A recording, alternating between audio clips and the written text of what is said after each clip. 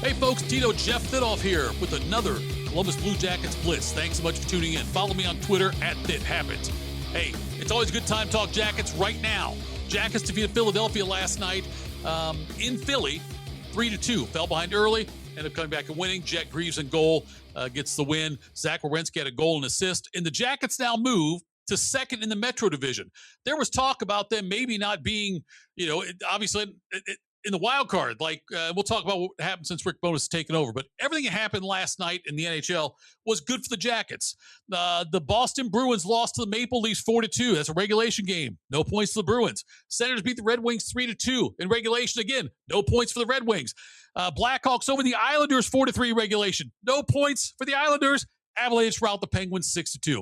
Jackets move to second right now in the Metro Division. If the season ended today, for the first time in franchise history, 25 years, the Jackets would hold home ice advantage in the first round of the playoffs. Think about that, how amazing that is.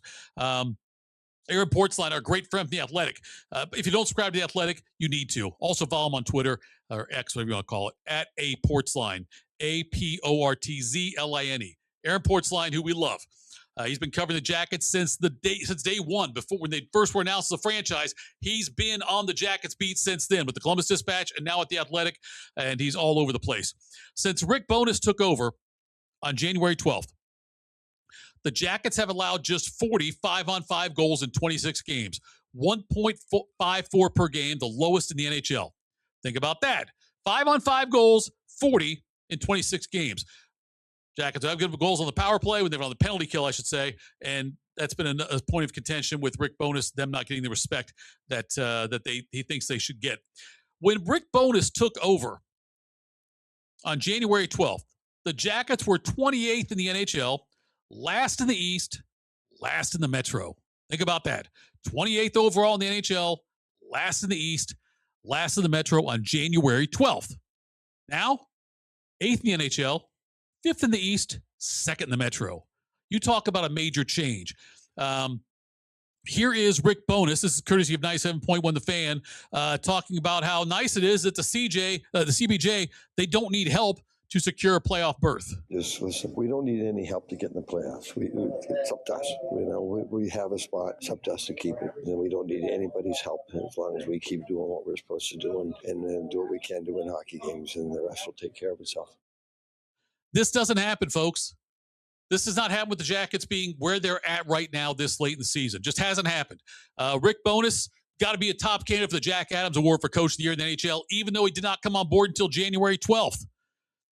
He talked about the respect.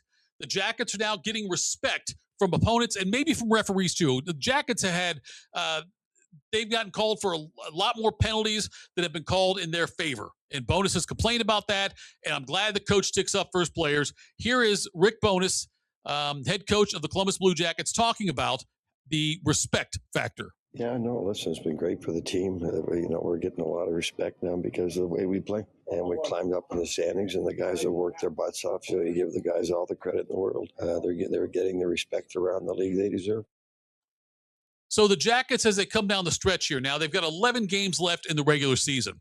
And look, I don't see how they catch Carolina. They're 9 points behind Carolina. So for the top seed there winning the Metro Division, I should say. But so that's not a realistic thing as much as I wish it was. I guess if they stayed hot like they have been, that's a chance as well. But they've got a 1-point lead on Pittsburgh, who's in third. They both played the same amount of games. No one in contention really for the Jackets have played less than the 71 the Jackets have played. So they have 87. Penguins have 86. That's the Metro. The wild card. Boston's first in the wild card with 86. Ottawa second with 85. The Islanders right behind them with 85. Also, the Islanders have played one more game. And then the Red Wings with 84. So it's the Jackets are going to have opportunities. And looking at their schedule, if you look at it, but let's look first now. Tonight, Boston's in Buffalo. Buffalo favored in that game, so that could certainly hurt Boston in their pursuit of the wild card berth there. But tomorrow night, Columbus is at Montreal. Pittsburgh's at Ottawa. The Islanders host Dallas. Like, those are all teams right there in competition with the Jackets for the spot in the playoffs. And then if you look at Columbus's schedule the rest of the way, like I said, they've got 11 games left. It's not the easiest of schedules, but there are opportunities for them to put some teams away.